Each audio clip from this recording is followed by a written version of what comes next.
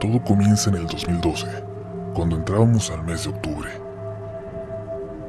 La empresa donde trabajaba acababa de cerrar y aunque fue un momento difícil, fueron lo suficientemente responsables para darnos a los 8 empleados una buena liquidación.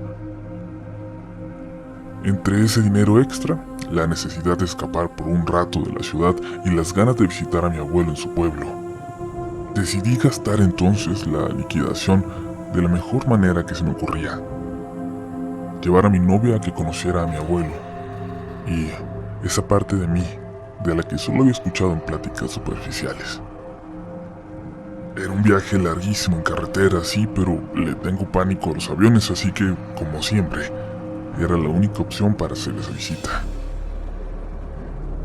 Ni siquiera le avisé al abuelo que estaba en camino.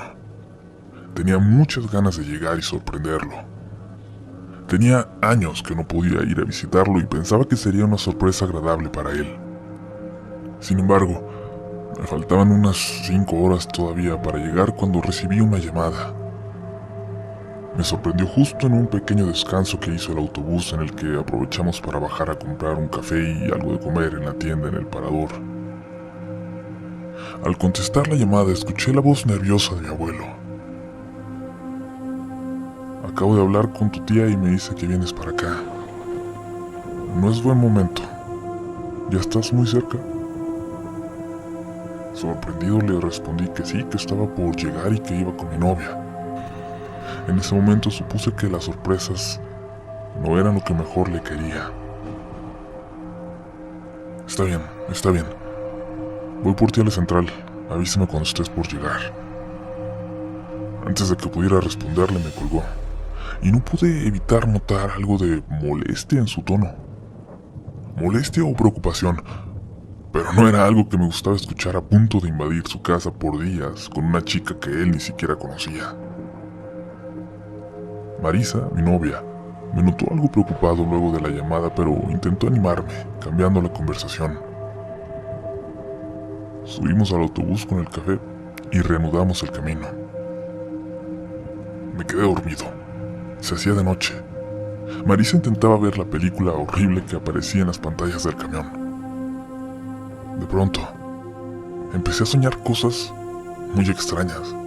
Veía a mi abuelo molesto y se enojaba conmigo y empezaba a llorar porque fui a verlo. Esto me perturbó mucho porque en realidad nunca había visto llorar a mi abuelo. Ni siquiera cuando murió la abuelita. Ni siquiera cuando murió el tío Juan Antonio, el menor de sus hijos. El mismo momento en el que volteaba una y otra vez hacia mí en el sueño para reprocharme con los ojos llenos de lágrimas se repetía sin parar. Pasaba una y otra vez hasta que, en un momento en el sueño, las voces de muchas personas comenzaron a llamar mi atención. Y entonces, una fuerte sacudida en la vida real me despertó por completo en cuestión de segundos. Cuando abrí los ojos, Marisa me tomaba con fuerza. El autobús se detenía al lado de la carretera de forma bastante atrabancada. El freno tan repentino y violento incluso tiró a una señora que por alguna razón se encontraba de pie en ese momento. Lo primero que pensé fue que era un asalto, en que quizás algunos malandros habían aprovechado la noche tan oscura y el paraje completamente desolado para robarnos. Pero en cuanto el vehículo se detuvo, los pasajeros empezaron a bajar y, más que asustados, parecían estar sorprendidos. Se bajaron con tanta premura que nadie ayudaba a la señora a pararse. Al contrario, pasaban a su lado apresurándose hacia la puerta. ¿Qué pasa?, le pregunté a Marisa. ¿No lo escuchaste?, me dijo, y se levantó sin decir más para salir también del autobús. Salí tras ella, y el chofer y demás pasajeros miraban hacia todos lados. Yo no podía ver más que sierra espesa alrededor y un cielo completamente lleno de estrellas.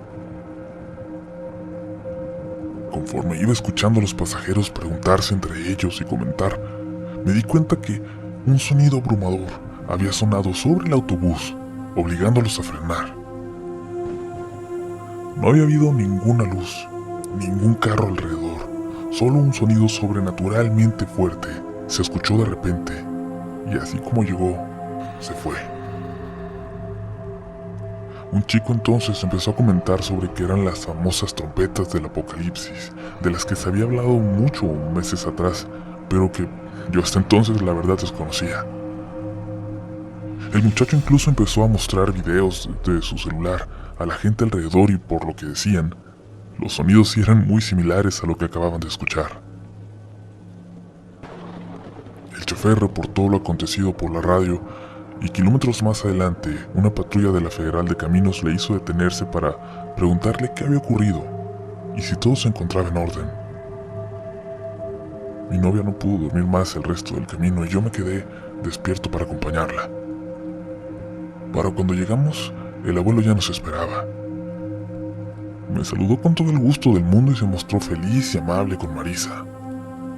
Luego nos llevó a unos tacos que él conocía cerca de la central y que se encontraban abiertos a pesar de la hora. Por un momento pensé que quizás la incomodidad que mostró en la llamada había sido solo mi imaginación. Me puse de buenas, de hecho, y quise olvidarlo. Sin embargo, un rato después noté que el abuelo hacía tiempo y buscaba continuar la plática en la cena a pesar de que ya habíamos acabado y continuamente le repetíamos que estábamos muy cansados. 2 horas después, casi al amanecer, por fin estábamos camino a casa. Su casita era muy particular. En su momento era parte de un rancho de gran extensión donde tenían ganado y una zona de siembra. Eventualmente una carretera, hoy en día casi desierta, partió su terreno a la mitad, por lo que le expropiaron una gran parte. Después, en los 90, vendió otro tanto para quedarse prácticamente solo con el espacio de su casa. La tierra ya no daba para más. Al lado construyeron un parque con albercas y algunos juegos mecánicos. Un proyecto que parecía construido solo para lavar dinero o algo así, pues no había ni una ciudad cercana que pudiera llevar a la gente necesaria, ni era un lugar tan llamativo como para que valiera la pena hacer un viaje largo por carretera para llegar a él. Así pues, el parque fue abandonado poco después y por ahí del 2008 contrataron a mi abuelo para guardar la seguridad del lugar abandonado por las noches. A él no le costaba nada, pues vivía al lado, y no le venían nada mal unos pesitos extras al mes. Caímos rendidos al llegar a la casa, pero por alguna razón despertamos apenas unas horas después, antes de las 8 de la mañana. Esta vez el aire puro, el olor a la montaña, no me tranquilizaba ni me daba la paz que iba buscando. Más bien, el aire quemaba de lo frío que estaba. Se sentía en el ambiente la humedad de una tormenta que se avecinaba y el cielo gris me oprimía el corazón de alguna manera. En ese momento intenté disculparme con Marisa, pues le había prometido algo completamente distinto, pero ella me detuvo, diciendo que yo no tenía la culpa del clima.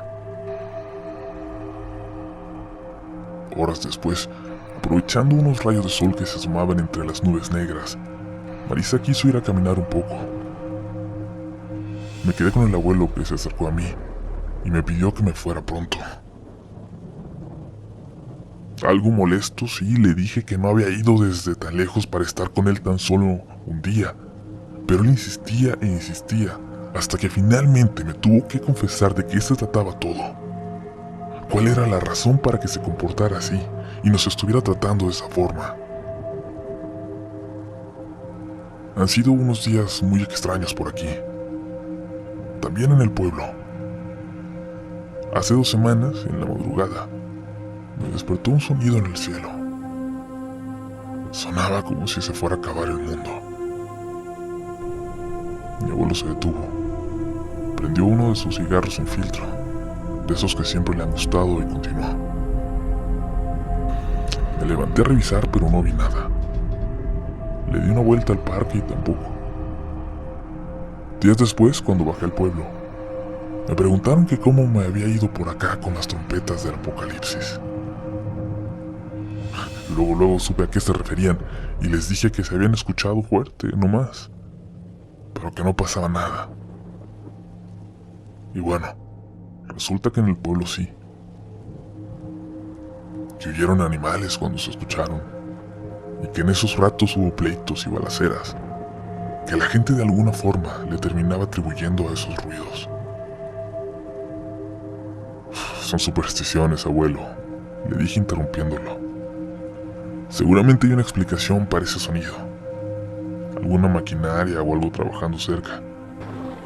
Nosotros también lo escuchamos en la sierra un poco antes de llegar.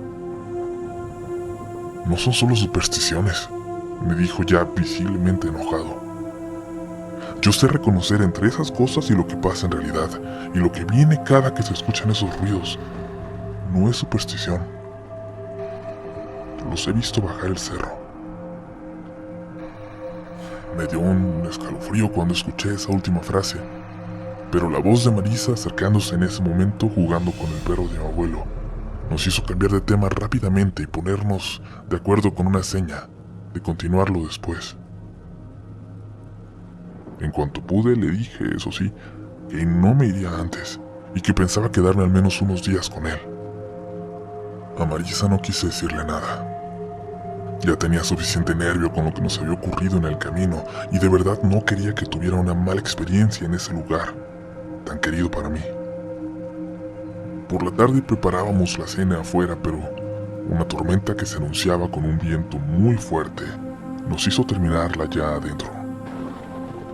Un rato después ya nos caía un diluvio y los relámpagos apenas si nos dejaban platicar. Y entonces,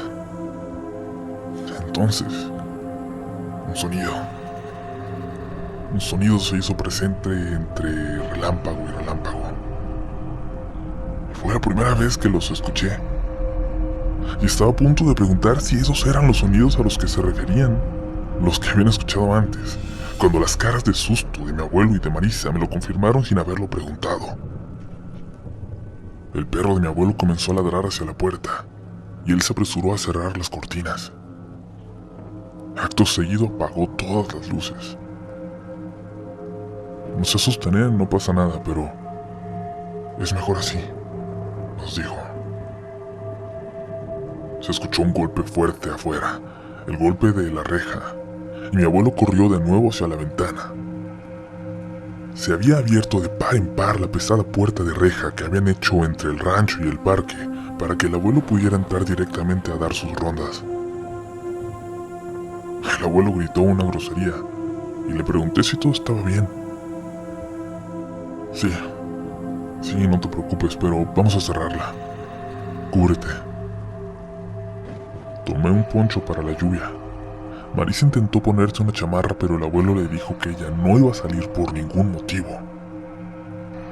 Le pidió, casi le ordenó, que esperara en la recámara de arriba. La casita era pequeña, pero tenía una sola recámara en el segundo piso, la que siempre usábamos las visitas. Marisa accedió a subir a regañadientes. Y subió. El abuelo y yo nos apresuramos a salir para cerrar. Al llegar a la puerta de reja, el sonido en el cielo, o en la tierra, o en todos lados a nuestro alrededor, volvió a estremecernos. El candado de la puerta se había roto en pedazos como si fuera de juguete, y mientras intentaba cerrarla yo, atorado en el lodo, el abuelo corrió por una cadena y otro candado. Regresó minutos después y yo apenas había podido emparejar la puerta. Y en cuanto pudimos, le dimos varias vueltas a la cadena para luego cerrar el candado. El sonido en el cielo volvió a escucharse cuando paró. Entre los relámpagos y entre la lluvia, apenas pude reconocer otro sonido. Era un grito de Marisa. Volteé hacia la casa, asustado, y vi entonces su figura asomada en la ventana, viéndose a nosotros, señalando algo detrás de donde estábamos. Miré en esa dirección, pero solo vi al abuelo acercarse a mí para jalarme de nueva cuenta hacia la casa. Cuando entramos, Marisa seguía gritando. Subimos a calmarla, pero no pudimos. Estaba tan mal y de repente con tanta fiebre, que así en medio de la tormenta y los sonidos, salimos a toda velocidad al pueblo para llevarla al doctor. Marisa volvió en sí hasta la mañana siguiente, y en tan malas condiciones de nervios que tuve que hablarle a su hermana para que fuera por ella. Ella no podía viajar sola, era imposible que se fuera en camión, y yo nunca he podido volar. Así que horas más tarde estábamos en el aeropuerto esperando a su hermana.